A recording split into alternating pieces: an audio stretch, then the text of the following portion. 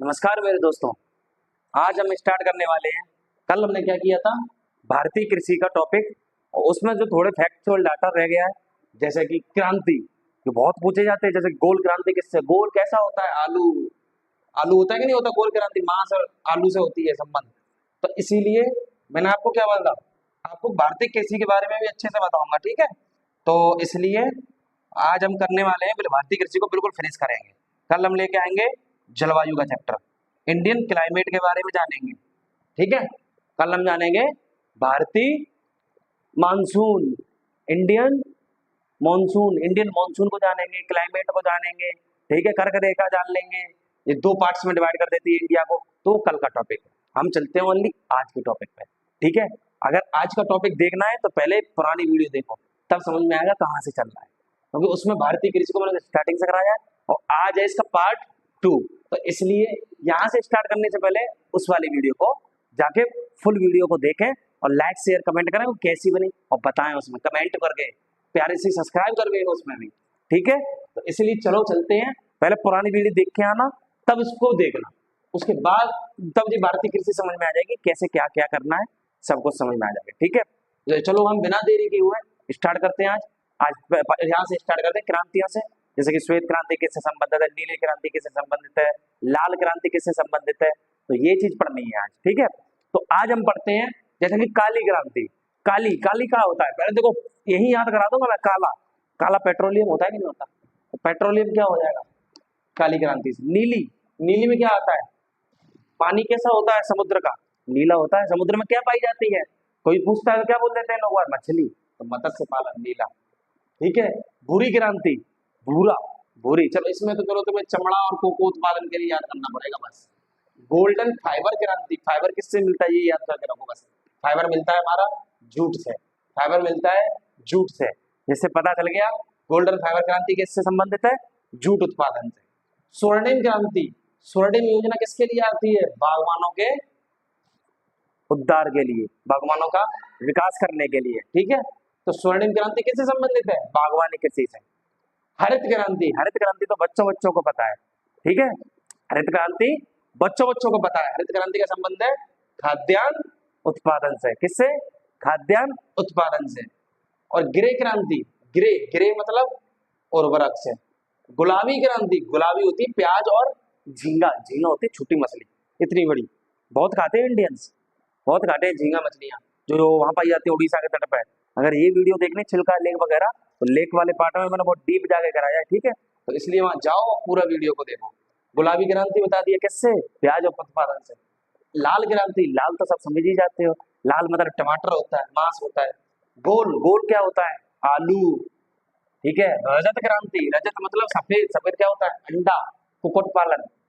श्वेत, श्वेत क्रांति मतलब श्वेत, श्वेत भी सफेद आ गया, और रजत मतलब ये भी सफेद होता है, रजत सिल्वर जैसा हो जाता है। श्वेत, श्वेत मतलब दूध एवं डेयरी उत्पादन के लिए। पीली, पीली क्या होता है, तिलहन होती है।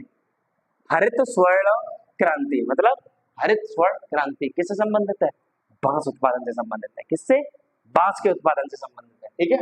तो इसमें मैंने श्वेत क्रांति को बस बता दिया थोड़ा, जैसे कि श्वेत क्रांति किससे संबंधित है, दुग्ध उत्पादन से। इसके जनक किसे बोला जाता है, वर्गीज कुरियन। ऐसे अगर आपसे कोई पूछ ले हरित क्रांति के जनक कौन है, हरित क्रांति पहले ये पता होना चाहिए किससे संबंधित है, खाद्यान्न उत्पादन से, किससे, ठीक है। ये किससे संबंधित है, खाद्यान्न उत्पादन से। इसके जनक कौन है, एमएस स्वामीनाथन, ठीक है। एमएस स्वामीनाथन, ये इंडिया में, इंडिया में, ठीक है। ये वर्गीज कुरियन तो दूध उत्पादन से संबंधित है, ठीक है। मैक्सिकन गेरो आया था तो इन्होंने क्या किया था, ठीक है। तो इतना नोट डाउन करो, ठीक है। हरित क्रांति बता दी, श्वेत क्रांति, दोनों इंपोर्टेंट ज्यादा पूछ लिया था, एमएस स्वामीनाथन ने पूछ लिया। चलो इसे करो नोट डाउन।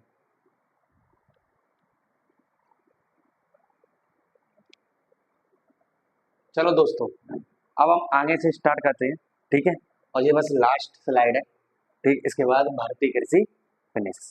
कल हम लेके आएंगे क्लाइमेट का चैप्टर, इंडियन क्लाइमेट के बारे में, क्योंकि अभी इंडियन चल रहा है, तो इंडियन क्लाइमेट के बारे में जानेंगे ऑनलाइन, ठीक है। तो इसलिए चलो आज हम इसको पूरा करके, तो इसको भारतीय कृषि को आज बिल्कुल फिनिश कराते हैं, ठीक है। और मैंने पहले ही बोला था, शुरुआत में वीडियो में बोल दिया, तो अगर इस वीडियो को देखोगे ना तो नहीं समझ में आएगा। इससे पहले आपको पुरानी वीडियो देखनी पड़ेगी भारतीय कृषि के बारे में, तब पता चलेगा इसके बारे में भी ये क्या क्या हो रहा है, ठीक है। तो चलो हम शिफ्टिंग एग्रीकल्चर के बारे में जानते हैं, इसे बोलते हैं स्थानांतरित कृषि, ठीक है। इनको अलग अलग राज्यों में क्या क्या बोला जाता है, जैसे कि उत्तर पूर्वी राज्यों में क्या बोला जाएगा, झूम की कृषि बोला जाएगा, ठीक है। मणिपुर में से क्या बोला जाएगा, पामलू, क्या बोला जाएगा, पामलू। और आंध्र प्रदेश में से क्या बोला जाएगा, पौड़ू या पेंडा, पौड़ू या पेंडा। और वेस्टर्न घाट में बोला जाएगा कुमार, और झारखंड में बोला जाएगा कुरुआ, और हिमालय में बोला जाएगा हिल, क्या बोला जाएगा, हिल, ठीक है। तो आप नोट डाउन करते रहना इसको साथ साथ, ठीक है। तो ये स्थानांतरित कृषि हो गई, अब क्रांतियां पहले कराई थी। अब पढ़ते हैं किस देश में सर्वाधिक संख्या में ट्यूबवेल पाए जाते हैं। जब हम इंडियन ज्योग्राफी पढ़ते हैं ना तो पता होना चाहिए, जब हम करा रहे हैं किसी क्वेश्चन में तो इंडिया छुपा होगा। तो किस देश में सर्वाधिक संख्या में ट्यूबवेल्स पाए जाते हैं, तो हमारा प्यारा भारत में पाए जाते हैं, ठीक है। और भारत की सबसे लंबी नहर कौन सी है, इंदिरा गांधी नहर। इसे पुराना नाम क्या था, इसे राजस्थान, ओल्ड नेम था राजस्थान कैनाल के नाम से जाना जाता था। और ये बनाई कहाँ गई है, सतलुज और ब्यास के संगम पर बनाई गई है। और किस बांध पे बनाया गया है, हरिके बैराज डैम पे बनाया गया है, कहाँ पे, पंजाब में, ठीक है। और सबसे बड़ा कुओं और नलकूपों के बाद भारत में सिंचाई का सबसे बड़ा साधन कौन सा है, नहरें। हरित क्रांति के जनक मैंने बता ही दिया था, इंडिया में MS स्वामीनाथन। और वर्ल्ड में कौन है, doctor Norman Borlaug, MS Swaminathan, ठीक है। राष्ट्रीय डेयरी विकास बोर्ड की स्थापना किसने की थी, कब हुई थी, मतलब सॉरी 1965 में। और अनुसंधान संस्थान की कहाँ पे बना हुआ है, अनुसंधान मतलब इस पर रिसर्च कहाँ होते हैं, करनाल हरियाणा में 1923।